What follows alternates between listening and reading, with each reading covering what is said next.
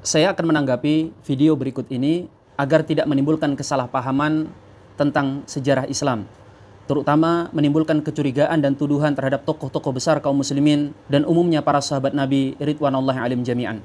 Ketika Nabi Muhammad wafat, jenazahnya belum dimakamkan. Ada dua sahabat yang dulu bersahabat erat, kemudian berusaha menghunus pedang untuk saling tebas satu sama lain. Hari ini berusaha disembunyikan sejarah ini. Ditulis oleh Imam As-Suyuti dalam Tarikhul Khulafa, ditulis oleh Tarikh At-Tabari. Yang berperang ini namanya Sa'ad bin Ubadah dan Sayyidina Umar. Sudah saling menghunus pedang. Mengapa mereka mau ribut? Berebut untuk menjadi penggantinya Nabi Muhammad. Lalu kemudian diambil jalan tengah. Sayyidina Abu Bakar yang sedang merawat jenazahnya Kanjeng Nabi ini, kemudian dipanggil, Abu Bakar, kamu harus datang. Dua orang ini sudah membawa pasukannya masing-masing. Kaum Muhajirin dan kaum Ansor yang tadinya damai berhadapan-hadapan untuk saling berperang, membela pimpinannya masing-masing. Sayyidina Umar mengatakan, saya yang harus menjadi pengganti Nabi karena saya satu suku dengan Nabi dari suku Quraisy. Lalu kemudian Sa'ad bin Ubadah bilang, sayalah penggantinya karena saya tokoh pribumi. Nah, peperangan itu kemudian diambil jalan tengah oleh para sahabat. Oke, kita tunjuk Sayyidina Abu Bakar sebagai pemimpin, sebagai jalan tengah. Dari apa yang dipaparkan dalam video tersebut, paling tidak ada 3 gambaran negatif. Yang pertama, bahwa ulama kaum muslimin itu sengaja menutupi sebagian sejarah kelam umat Islam. Yang kedua, gambaran bahwa para sahabat Nabi, khususnya Sayyiduna Umar bin Khattab dan Sayyiduna Sa'ad bin Ubadah, itu begitu ambisius dan sangat rakus terhadap kekuasaan. Yang ketiga, bahwa para sahabat itu digambarkan sampai mau berperang hanya urusan rebutan kekuasaan atau masalah politik. Apakah benar demikian?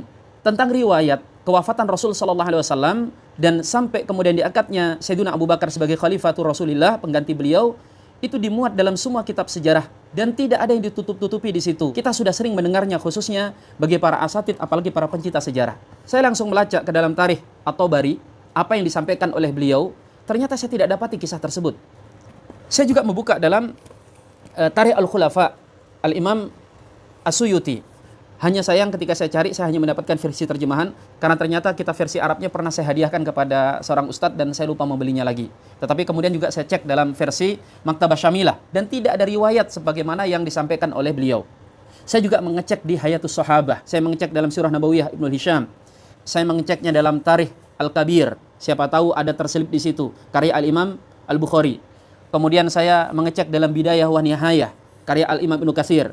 Saya juga mengecek langsung kepada induk Sirah Nabawiyah dalam Islam, yaitu Sirah Nabawiyah Ibnu Ishaq, dan berbagai macam kitab-kitab yang lainnya. Dan saya tidak mendapatkan riwayat seperti itu. Jika tuduhannya ulama umat Islam menyembunyikan sebagian fakta sejarah, ini sungguh tuduhan yang tidak berdasar. Karena justru faktanya, ulama-ulama kita itu sangat jujur kalau urusan ilmiah.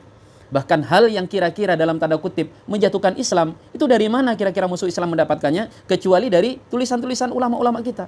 Karena ulama kita itu menyampaikan jujur apa adanya. Yang kedua, tuduhan bahwa para sahabat seakan-akan begitu ambius terhadap kekuasaan, justru fakta sebaliknya yang kita dapatkan dalam sejarah.